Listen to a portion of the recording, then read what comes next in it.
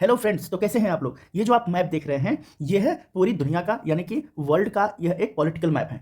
इसके ऊपर हम देखेंगे कि अलग अलग ज्योग्राफिकल क्षेत्र में अलग अलग घास के मैदान होते हैं और इसको बेसिकली टू पार्ट्स में डिविजन्स किए गए हैं और यहाँ से क्वेश्चंस कई बार पूछे जाते हैं। एक है हमारा ट्रॉपिकल रीजन और दूसरा है सब ट्रॉपिकल रीजन। ये जो ट्रॉपिक ऑफ कैंसर, ये है हमारा ट्रॉपिक ऑफ कैंसर।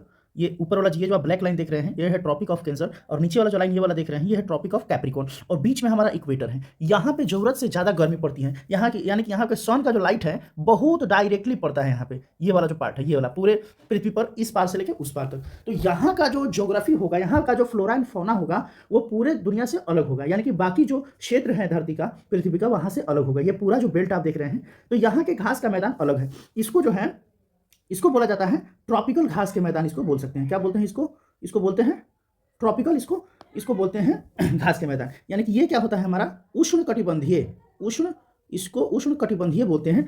जैसे कि आप यहाँ पे देख सकते हैं वेनेजुएला में जो एक किस्म का घास होता है उसको लानोस बोलते हैं और जो यहाँ यहीं से निकलती है अमेजन रिवर, अमेजन बेसिन में जो घास होता है उसको सेल्वास बोलते हैं और ब्राजील में जो घास होता है उसको कैंपस या फिर कंपास बोलते हैं। उसी तरह हम लोग इसके आगे वाले बेल्ट में देखते हैं, अफ्रीकन बेल्ट में देखते हैं। अफ्रीकन जो जो उष्ण कटिबंधीय या फिर ट्रॉपिकल रीजन है, यहाँ पे भी दो प्रकार के घास पाए जाते हैं मेजरली। एक है सवाना और दूसरा है जो नॉर्थ साउथ अफ्रीकन रीजन में पाया जाता है वो है पार्कलैंड। पार्कलैंड और तीसरा हम लोग यहाँ पे देखते हैं एक हमारा ये क्या बोलते हैं, ये जो रीजन है इंडियन ओशन रीजन में श्रीलंका है और यहाँ पे है पटाना। इस घास के मैदान को बोलते हैं पटाना जो कि श्रीलंका में पाया जाता है। और अब बारी है हमारी उष्ण कटिबंधीय, उष्ण कटिबंधीय यानी कि ट्रॉपिक ऑफ कैंसर और ट्रॉपिक ऑफ कैप्रिकॉर्न के बीच में जो था उसको क्या बोलते हैं हम लोग? उष्ण कटिबंधीय या फिर ट्रॉपिकल घास का मैदान।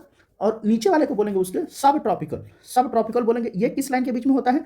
अंटार्कटिक सर्किल और आर्कटिक सर्किल और अंटार्कटिक सर्किल और ट्रॉपिक ऑफ कैप्रिकॉर्न के बीच में क्या जो होगा उसको भी सब ट्रॉपिकल बोलेंगे। और ट्रॉपिक ऑफ कैंसर और आर्कटिक सर्कल के बीच में होगा जो ऊपर वाला होगा ये वाला पार्ट, इसको भी हम लोग क्या बोलेंगे? सब ट्रॉपिकल रीजन। यहाँ पे अपेक्षाकृत जो है गर्मी कम पड़ती है क्योंकि यहाँ पर सूरज का रोशनी तिरछा पड़ता है।